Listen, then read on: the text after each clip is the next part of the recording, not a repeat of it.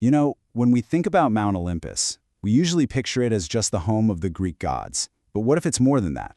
What if it's actually a masterclass in how power itself is built, how it's seen, and how it's felt? So let's start with a big question. How is power actually made real? We tend to think of authority as something written down in laws, or maybe declared by a king or a president. But what if it's not written in law at all? For the ancient Greeks, the ultimate authority was written in stone. It was anchored to a real physical landmark, one that was always there, always visible, but you could never, ever reach it. Okay, first up, the geological throne. To really get the myth, you've got to understand the mountain itself. Its actual geology is the bedrock, literally, of its power. So get this. Mount Olympus is almost 3,000 meters high. It just explodes out of the Aegean coast. It's this one, singular, jagged monolith that totally dominates the horizon. You can see it from up to 200 kilometers away.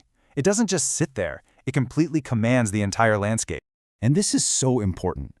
Olympus isn't just another peak in a long mountain range. No, it's a standalone structure, an isolated tower that shoots up almost vertically from the sea. Think about the effect of that.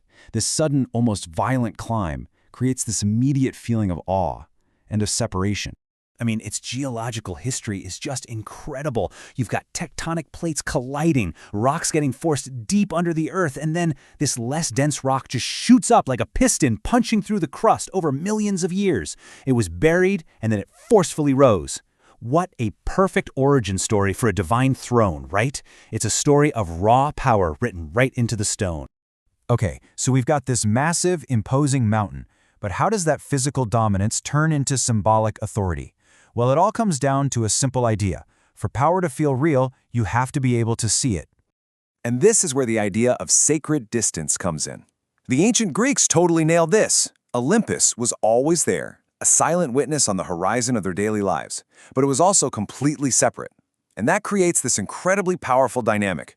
You always feel like you're being watched, but you can never, ever get too close. This whole strategy is like a giant one-way mirror. Think about it. From the top, the gods can see everything. But from the bottom, mortals can barely see a thing. That's asymmetric visibility. Then you have the clouds, which are always swirling around the peaks, acting like a gate or a veil. That mystery keeps the gods from ever seeming, well, normal or boring. And of course, its sheer height creates a natural hierarchy. It just feels right that the highest moral authority lives in the highest place. So you end up with two totally different realms on one mountain. Down below, you've got the mortal world, full of storms, chaos, and struggle. But up above the clouds, the Greeks believed was the aether, this pure, perfect upper air, a place of total serenity, untouched by earthly weather. The mountain's own climate became the dividing line between flawed, temporary humans and perfect, immortal gods. Right, so you might be thinking, okay, the mountain's right there, why didn't people just climb it? And that's the key question, isn't it? This whole paradox of being so close, yet so far away. Well, here's the thing. Mortals were actually allowed to get close. You could go to the foothills, leave offerings, even hang out where the muses were said to live. But trying to climb to the very top? No way. That was seen as the ultimate act of arrogance, a direct challenge to the gods. And archaeologists have found offering sites on the lower slopes, but never a single shrine on the highest peaks. It sends a clear message. You can worship us, but you can't join us. And this wasn't just some vague, fuzzy idea. They literally mapped their power structure onto the mountain's geography. That peak right there, Stefani, that was the throne of Zeus. People believed that was the actual seat he sat on to watch over humanity, hurling down lightning bolts when he was angry. His authority was carved right into the mountain. So, here's the big takeaway. We really should think of Olympus less as a literal house for the gods and more as a permanent, powerful idea made of stone. Yeah, it's both a real geographic location and in this imaginative space where the divine and the mortal can intersect. And that duality is exactly why it's been such a powerful source of inspiration for thousands of years, from Homer all the way to poets today.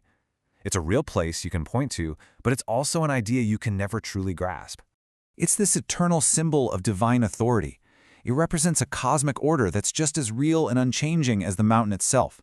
Its physical presence on the horizon was a constant, daily reminder. You didn't need a book or a sermon to get the message. The power was obvious every single time you just glanced up at the skyline.